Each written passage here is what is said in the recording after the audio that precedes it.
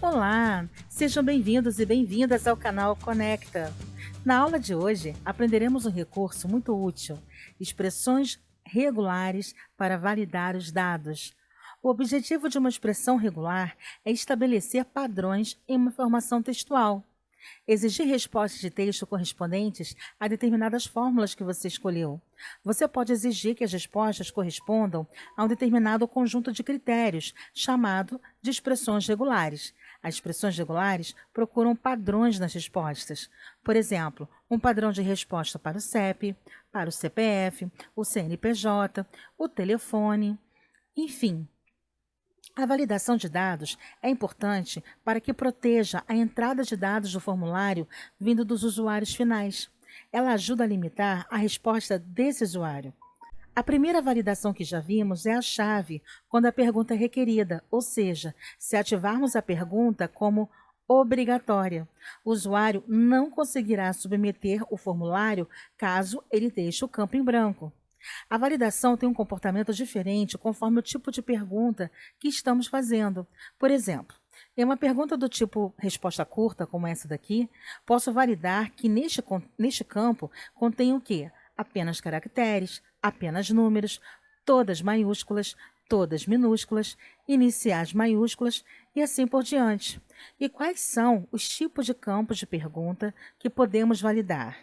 No nosso exemplo, nós podemos validar 3 tipos de campos de pergunta: a resposta curta, o parágrafo, a múltipla escolha e caixa de seleção.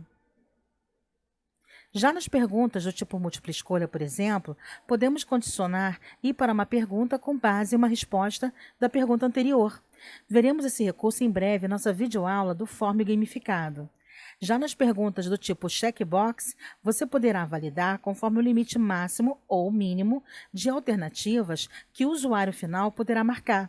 Então, expressão regular é isso, gente. É uma das ferramentas mais úteis que você pode ter. Elas resolvem critérios de validação de dados em diversos níveis. Não podemos esquecer que a sintaxe de expressões regulares são case sensitive, ou seja, o ABC minúsculo é diferente do ABC maiúsculo. Então, vamos iniciar nossa demonstração com informações básicas do nosso dia a dia. Algumas expressões regulares coloquei aqui embaixo na descrição do vídeo para que você possa copiar e colar para aplicar conforme a sua necessidade de uso. Então, vamos ver como é que funciona essa demonstração das expressões regulares. O nosso primeiro campo é o campo idade. Eu, por exemplo, eu posso restringir o formulário para preenchimento a menores de 18 anos. Eu posso restringir esse formulário que ele seja somente utilizado por maiores de idade, por exemplo. Então, qual a sua idade? Quando eu coloco 12, por exemplo, dá uma idade válida. Se eu boto 18, ele já aceita, ou seja, esse tipo de validação aqui, ele quer dizer que seja igual ou maior a 18, ok? Inclusive o 18. Existe também aquele tipo de check-in que o Google faz, tem feito ultimamente, principalmente quando você sai e entra em várias contas várias vezes, e ele precisa testar que você não é um robô, que você não está ali fazendo, que você não é um spammer. Então ele faz o seguinte: mostre que você não é um robô, calcule 28 mais 2. Então, por exemplo, se aqui você colocar 36, ele dá como pergunta, ó, 36, resposta inválida. Né? Então, vou botar aqui 40, ok? CEP. Bom, o CEP também ele tem uma máscara padronizada, se eu não me engano. Deixa eu ver aqui. Em alguns locais eles colocam o CEP com ponto no milhar, né? E outros só colocam o hífen. Então, eu coloquei um tipo de expressão regular aqui, considerando somente o hífen como um caractere especial. Tá vendo? Aí o campo habilita, fica azul. CPF. No padrão, numa entrada padrão de CPF, a gente teria ponto, ponto, hífen e os últimos 2 dígitos. Sempre quando ele fica azul, porque ele habilitou, ele validou aquela resposta. O CNPJ, se não me engano, é assim, depois tem assim, não é isso?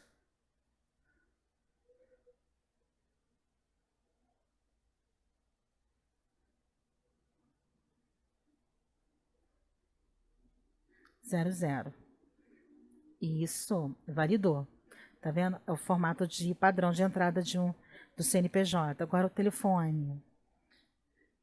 21, espaço, hífen, 1. Opa, já deu telefone inválido. Deixa eu ver se é o espaço. Não. Será que são os parênteses? Será? Tá aí. Ok? O que você mais gosta de fazer no seu tempo livre? Vou marcar passear com a família. E aqui ele me dá uma notificação. Marque pelo menos 2 alternativas. Então, vocês podem observar que para o tipo de checkbox, né, a pergunta do tipo checkbox, eu posso também, agora sumiu, e ele habilita para que eu envie esse formulário. Olha que interessante, né? Então, você pode limitar também a quantidade mínima ou máxima de respostas, por exemplo, numa pergunta do tipo checkbox. E quando eu clico em enviar, e tá aí. Enviar outra resposta. Vamos colocar agora o formulário no modo de estrutura, só para vocês entenderem. Como é que a gente valida uma pergunta? Nesse caso, a gente escreve a pergunta com o objetivo final e nesses 3 pontinhos aqui, validação de resposta. Aqui eu desativei, vou ativar. Ok? Qual a sua idade?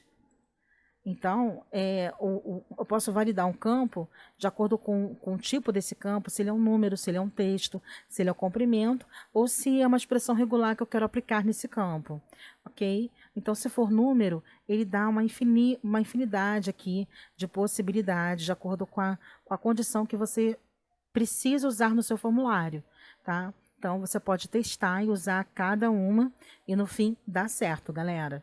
Aqui nesse caso, eu restringir o formulário para que ele não fosse respondido por menores de 18 anos. Então, nesse caso, menor que 18. Aí, idade inválida.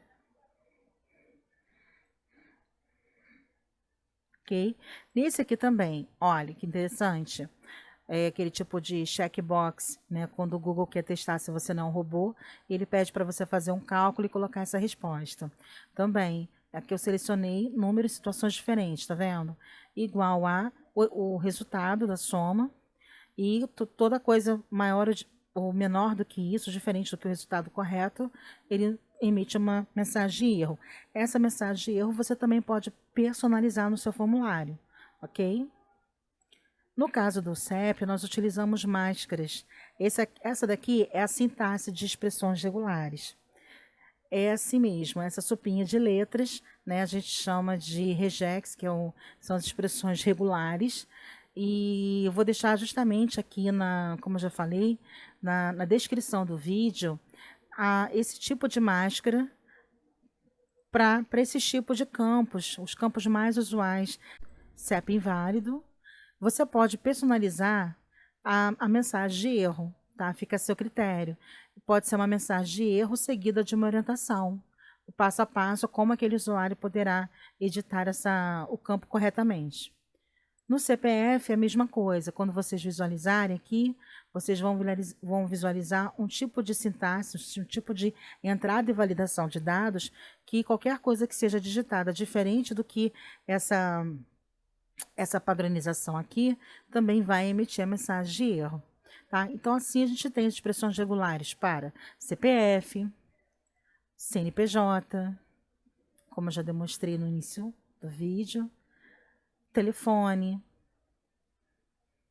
e também as expressões regulares, onde você pode marcar para perguntas do tipo checkbox, selecionar pelo menos essa ou aquela alternativa, selecionar até tantas alternativas e selecionar exatamente aquele número de alternativas que satisfaça as condições aí do formulário ou do tipo de pesquisa ou da atividade que você esteja usando. Como por então exemplo. É isso, pessoal. Como vocês podem ver, a expressão regular, ela efetivamente é uma das ferramentas mais úteis que você pode ter. Elas resolvem critérios de validação de dados em diversos níveis. E esse recurso é muito, muito, muito interessante, prático e útil de você utilizar no dia a dia, até como forma também de você padronizar a entrada de dados na sua base de dados, principalmente se ela for uma base de dados cadastral, seja do aluno, se você quiser automatizar a secretaria da escola através do Google Forms, também é possível, e aí você acaba padronizando a entrada de dados,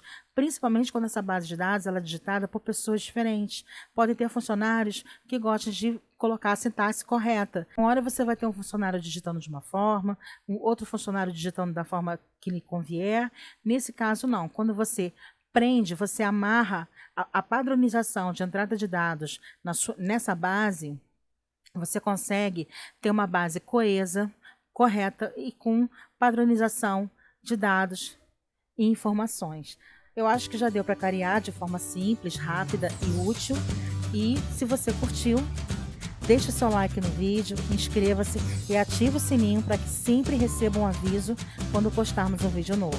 Compartilhe com seus amigos, compartilhe com quem precisa de ajuda e conhecimento. Até a próxima aula.